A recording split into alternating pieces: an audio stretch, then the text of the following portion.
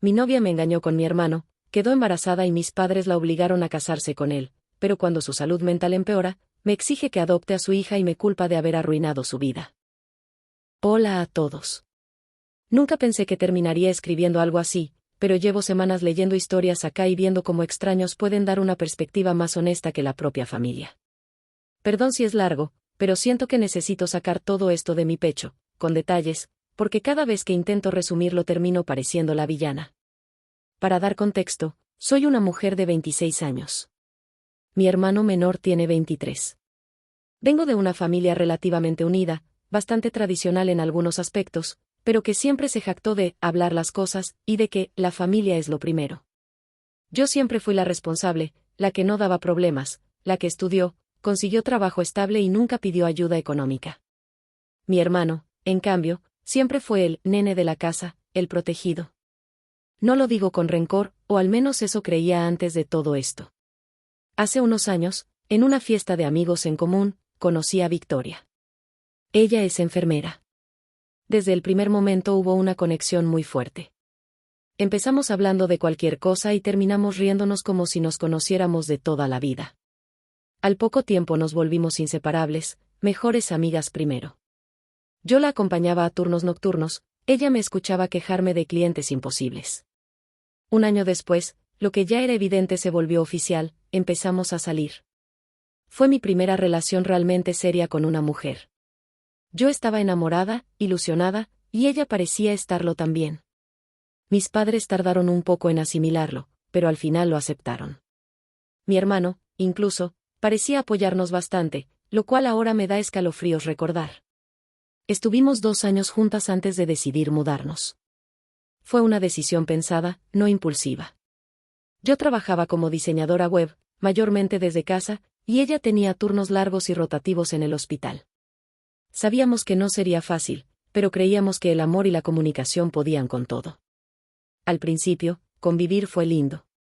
Teníamos nuestras rutinas, nuestros domingos de limpieza y series, nuestras cenas improvisadas a las 11 de la noche cuando ella llegaba muerta de cansancio. Yo intentaba hacerme cargo de la mayor parte de la casa porque entendía su trabajo. No me molestaba. Me hacía sentir útil, parte de un nosotras. Pero con el tiempo, algo empezó a cambiar. Victoria comenzó a llegar cada vez más tarde.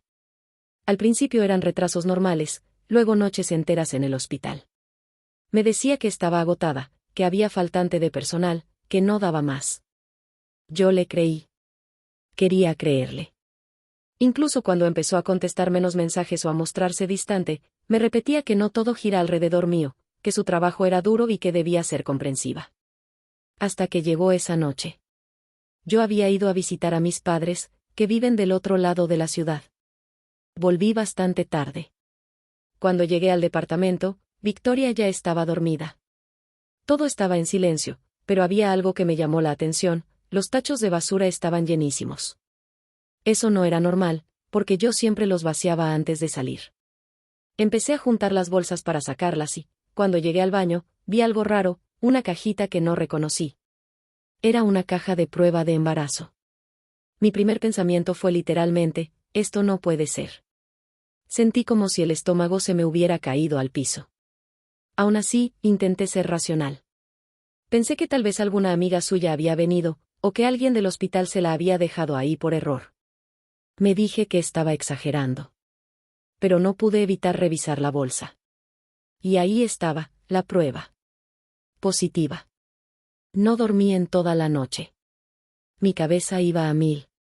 Intentaba convencerme de que había una explicación lógica, algo que yo no estaba viendo. Al día siguiente, durante el desayuno, traté de actuar normal. Le pregunté qué había hecho la noche anterior. Me dijo, muy tranquila, que se había quedado en casa viendo una película. Entonces le pregunté, con el corazón en la garganta, si había venido alguien más. Me miró raro y me dijo que no, que había estado sola. Ahí todo se rompió. Le pregunté directamente por la prueba. Se quedó blanca. Empezó a llorar. Primero negó, luego dijo que no sabía cómo había llegado ahí, y finalmente confesó que estaba embarazada. Y que obviamente, el bebé no podía ser mío. La pelea fue horrible. Gritos, llanto, cosas que no se pueden borrar. Ella me juraba que había sido solo una noche, que fue un error, que no significó nada. Yo sentía que no podía respirar. 2 años de relación, de planes, de confianza, pulverizados. Y cuando creí que ya no podía doler más, llegó el golpe final. El padre del bebé era mi hermano. No sé cómo describir ese momento. Fue como si alguien hubiera apagado todo dentro de mí. No solo me había engañado, sino que lo había hecho con la persona que se supone debía cuidarme más que nadie. Victoria, en medio del llanto, llegó a decir que lo había hecho, pensando en el futuro, que así podríamos tener una familia, de verdad. Eso fue lo que más me asqueó. Como si me estuviera haciendo un favor. 2 días después terminé la relación. No grité más. No lloré más. Simplemente empaqué mis cosas y me fui. Me sentí vacía. Cuando mis padres se enteraron del embarazo, fue un escándalo. Gritos, reproches, vergüenza. Y como si estuviéramos en otra época, decidieron que lo correcto era que mi hermano se casara con Victoria. Él aceptó. Ella también, aunque por lo que supe, lo hizo destrozada. Yo no fui a la boda. No podía. Me dijeron que fue triste, tensa, incómoda. Victoria lloró casi todo el tiempo. Con el paso de los meses, intenté seguir adelante. Terapia, trabajo, distancia. Cuando nació la bebé, las cosas se complicaron aún más. El embarazo fue muy difícil. Victoria estuvo a punto de perder a la bebé varias veces. Al final, la niña nació sana, pero Victoria tuvo complicaciones graves y tuvieron que quitarle la matriz. Mi hermano pasó días enteros en el hospital. Estaba agotado, asustado, roto. Y aunque estaba furiosa con él, sigue siendo mi hermano. Así que mis padres y yo empezamos a ayudar con la bebé para que él pudiera cuidar a su esposa. La bebé es hermosa. Y sin querer, me encariñé. Pero Victoria, no. Victoria no quería ni verla. Al principio los médicos dijeron que era normal, que podía ser depresión posparto, trauma. Lo entendimos. La apoyamos. Le dimos espacio. Pero ya pasaron casi 6 meses y nada cambió. No quiere ir a terapia. No la carga. No la mira. Habla de ella como si fuera un objeto. Y entonces llegó la cena. Estábamos todos sentados, intentando tener una noche normal. De la nada, Victoria dice que lo mejor sería que yo adoptara a la bebé. Que ellos podrían visitarla de vez en cuando. Me quedé helada. Pensé que era una broma de mal gusto. Dije que no. Tranquila, pero firme. Ella explotó. Empezó a gritarme que se lo debía, que si yo no la hubiera dejado, no se habría estresado, que mi abandono causó las complicaciones de su embarazo. Que yo arruiné su vida y ahora debía hacerme responsable. Yo intenté mantener la calma. Le dije que podía ayudar, que podía cuidar a mi sobrina algunas tardes, los fines de semana, lo que hiciera falta. Pero que no iba a quitarle a su hija. Ella se largó a llorar de una forma que me dio miedo. Mi hermano intentó calmarla. Mis padres, al final, me regañaron a mí. Dijeron que la bebé no tenía la culpa, que Victoria estaba mal psicológicamente, que yo debía ser más comprensiva, más cuidadosa, más empática. Y ahora estoy acá, preguntándome si realmente soy una basura por decir que no. ¿Soy la mala? Update 5 meses después. Hola de nuevo. Pasaron 5 meses desde que escribí mi historia y, sinceramente, si alguien me hubiera dicho todo lo que iba a pasar después, no lo habría creído. Vuelvo a escribir porque muchas cosas cambiaron, otras empeoraron, y porque necesito ordenar lo que siento. También porque, después de leer cientos de comentarios, algunos duros, otros increíblemente empáticos, entendí que no estaba loca por sentirme como me sentía. Voy a intentar ir por partes. Después de aquella cena familiar donde Victoria me gritó que debía adoptar a la bebé, el ambiente quedó completamente roto. Durante semanas casi no nos vimos. Yo seguí ayudando con mi sobrina, pero empecé a poner límites claros. Iba solo cuando mi hermano me lo pedía directamente, y si Victoria estaba de mal humor, me iba. Ya no me quedaba, por educación. Estaba cansada de caminar sobre vidrios. Mi hermano empezó a mostrarse cada vez más agotado. No solo físicamente, sino emocionalmente. Dormía mal, había bajado mucho de peso y, aunque nunca lo dijo con todas las letras, era evidente que estaba sosteniendo una situación que lo superaba. Victoria seguía negándose a ir a terapia. Cada vez que alguien lo sugería, decía que no estaba loca, que los demás eran los que no entendían nada. Un día, mi hermano me llamó llorando. Nunca lo había escuchado así. Me pidió que fuera a su casa porque ya no podía más. Cuando llegué, Victoria estaba encerrada en el cuarto y la bebé llorando en la cuna. Mi hermano me confesó que llevaba semanas durmiendo apenas 2 o 3 horas por noche, que hacía todo: trabajar, cuidar a la bebé, limpiar, cocinar, y además intentar sostener emocionalmente a su esposa, que cada día estaba más irritable y distante. Me dijo algo que todavía me duele recordar. Creo que ella nunca quiso ser madre, y ahora me odia por eso. A partir de ese momento, empecé a ir más seguido, pero no por Victoria, sino por mi hermano y por la bebé. Me ocupaba de bañarla, de darle de comer, de dormirla. Y sí, lo admito, el apego creció todavía más. No como, quiero reemplazar a su madre, sino como, no puedo mirar a otro lado. Pero esto, lejos de calmar a Victoria, la empeoró. Comenzó a hacer comentarios pasivo-agresivos. Cosas como: claro, ella te quiere más a vos. Capaz deberías habértela quedado desde el principio. A vos te sale fácil, porque no es tu hija de verdad. Yo trataba de no responder. Pero por dentro me estaba rompiendo. El punto de quiebre llegó un mes después. Mi hermano tuvo que viajar por trabajo 2 días. Me pidió, casi suplicando, que me quedara en su casa para ayudar. Acepté, con la condición de que Victoria estuviera de acuerdo. Ella dijo que sí, fría, distante. La primera noche fue un infierno. Victoria no paró de beber. No gritaba, no lloraba, estaba completamente apagada. En un momento, mientras yo tenía a la bebé en brazos, me miró y dijo, con una calma que me dio escalofríos: si te la llevas ahora, nadie lo notaría. Me quedé helada. Le pregunté qué quería decir. Me respondió: nada. Solo que estaría mejor con vos. Esa noche no dormí. Al día siguiente, cuando mi hermano volvió, hablé con él a solas. Le conté exactamente lo que había pasado. No exageré nada. No omití nada. Por primera vez, no protegí a nadie. Mi hermano se quebró. Esa misma semana, habló con un psiquiatra. No por Victoria, sino por la bebé. Y ahí empezaron a caer fichas muy duras. El profesional fue claro en que la situación no era segura ni sana. Que Victoria necesitaba ayuda urgente y que, mientras tanto, había que priorizar a la nena. Cuando mi hermano le planteó a Victoria la posibilidad de internarse o, al menos, empezar terapia de manera seria, ella explotó. Lo acusó de querer quitarle a su hija, de conspirar conmigo, de ser un traidor igual que yo. Esa noche se fue de la casa. Desapareció 3 días. Fueron los 3 días más angustiantes que viví en años. Nadie sabía dónde estaba. Cuando volvió, estaba descompuesta, sin dinero, sin fuerzas. Y por primera vez, aceptó ayuda, pero no sin condiciones. Victoria aceptó internarse solo si yo me alejaba. Dijo que no podía sanar mientras yo estuviera presente. Que verme le recordaba todo lo que perdió.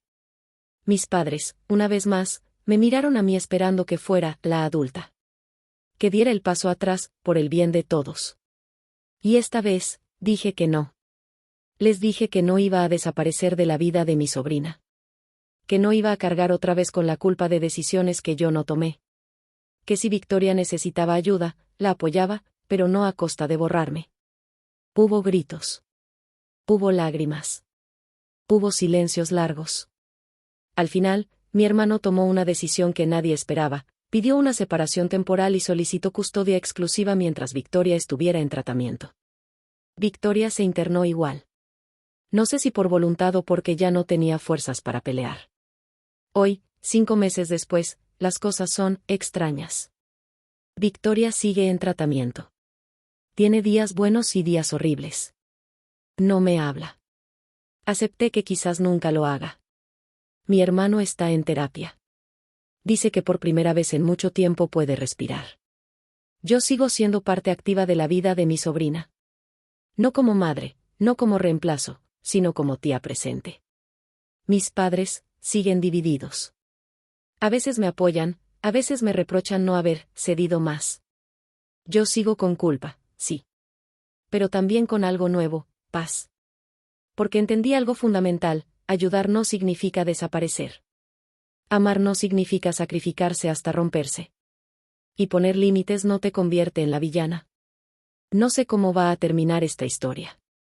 Pero por primera vez desde que encontré esa prueba de embarazo en la basura, siento que estoy viviendo mi vida de nuevo. Gracias a quienes me leyeron. De verdad. Update 1 año después. Hola otra vez. Pasó 1 año desde mi último update y, honestamente, si hoy estoy escribiendo es porque necesito cerrar este capítulo, al menos públicamente. Cuando publiqué por primera vez jamás pensé que mi vida iba a dar tantas vueltas, ni que la verdad todavía no había terminado de salir a la luz. Este año fue el más largo de mi vida. Voy a empezar desde donde lo dejé. Victoria siguió internada varios meses. Al principio, la información que nos daban era mínima. Está estable, está respondiendo al tratamiento, necesita tiempo. Yo mantuve mi distancia, como había prometido, pero nunca dejé de preocuparme por mi sobrina ni de estar presente para mi hermano. Mi hermano, durante esos meses, cambió mucho. La terapia lo transformó. Empezó a cuestionarse cosas que antes daba por sentadas: su rol en la familia, la presión de hacer lo correcto, incluso su relación conmigo. Un día, en una charla larguísima de madrugada, me pidió perdón. No un perdón superficial, sino uno real, de esos que duelen decir. Me confesó que desde el principio se sintió atrapado. Que Victoria lo buscó cuando nuestra relación ya estaba mal, que él sabía que estaba cruzando una línea, pero que se dejó llevar porque se sentía inferior a mí, porque yo tenía la vida resuelta, y él no. No lo justifico, pero por primera vez entendí que no había sido solo maldad, también había mucha inmadurez y resentimiento. Durante ese tiempo, mi sobrina empezó a llamarme tía de una forma tan clara que me partía el alma. Yo seguía insistiendo en que no quería reemplazar a nadie, pero era imposible no sentir miedo de lo que pasaría si Victoria volvía a la casa. Y entonces llegó el primer giro inesperado. Un día, mi hermano me llamó para ir al hospital. Pensé que algo malo había pasado. Cuando llegué, estaba pálido. Me sentó y me dijo: necesito que escuches esto sin interrumpir. Victoria había pedido hablar con él, y conmigo. Contra todo pronóstico, acepté. Cuando entré a la sala, casi no la reconocí. Había bajado mucho de peso, tenía la mirada cansada, pero por primera vez no había odio en sus ojos. Había algo peor: resignación. Victoria habló durante casi 1 hora. Nos contó cosas que jamás imaginé. Resulta que el embarazo nunca fue un accidente. Ella había dejado los anticonceptivos meses antes, sin decirme nada. Me dijo que sentía que nuestra relación se estaba enfriando, que yo era demasiado independiente, que no la necesitaba. En su cabeza, un hijo nos iba a unir. Pero cuando se dio cuenta de que biológicamente eso no era posible conmigo, entró en pánico, y ahí apareció mi hermano. Dijo que eligió a alguien, de confianza, alguien que siempre estaba cerca, alguien que sabía que no la iba a rechazar. Cuando quedó embarazada y yo la confronté, se le vino el mundo abajo. Y ahí empezó todo su derrumbe mental. Yo me quedé muda. Pero eso no fue lo peor. Victoria confesó que, después del parto y de perder la matriz, sintió que su vida había terminado. Que la bebé representaba todo lo que había salido mal. Y que, en su mente distorsionada, darme la niña era una forma de castigo y de alivio al mismo tiempo, castigarme por dejarla y liberarse ella de una responsabilidad que no podía soportar. Lloró. Mucho. Me pidió perdón. No de una manera limpia ni perfecta, pero sincera. Salí de esa habitación temblando. Después de eso, el equipo médico fue claro: Victoria no estaba lista para volver a ejercer la maternidad a corto plazo. Se recomendó extender el tratamiento y evaluar un régimen de visitas supervisadas en el futuro. Ahí vino el segundo giro. Mis padres, que hasta ese momento habían defendido a Victoria a capa y espada, empezaron a cambiar de postura. No de golpe, pero sí de forma evidente. Mi mamá me pidió perdón por primera vez. Me dijo: te pedimos que fueras fuerte cuando lo que necesitabas era que alguien te defendiera. No voy a mentir, lloré como una nena. Con el tiempo, mi hermano pidió oficialmente el divorcio. Fue un proceso largo, doloroso y lleno de reproches, pero inevitable. Victoria no se opuso. De hecho, parecía aliviada. Hoy, un año después, la situación es esta. Victoria sigue en tratamiento ambulatorio. Ve a su hija una vez al mes, con supervisión. A veces la carga, a veces no.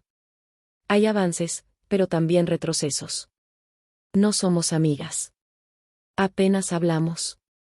Pero ya no hay gritos ni acusaciones. Mi hermano tiene la custodia total. Se mudó a un lugar más chico, más tranquilo. Está reconstruyendo su vida desde cero.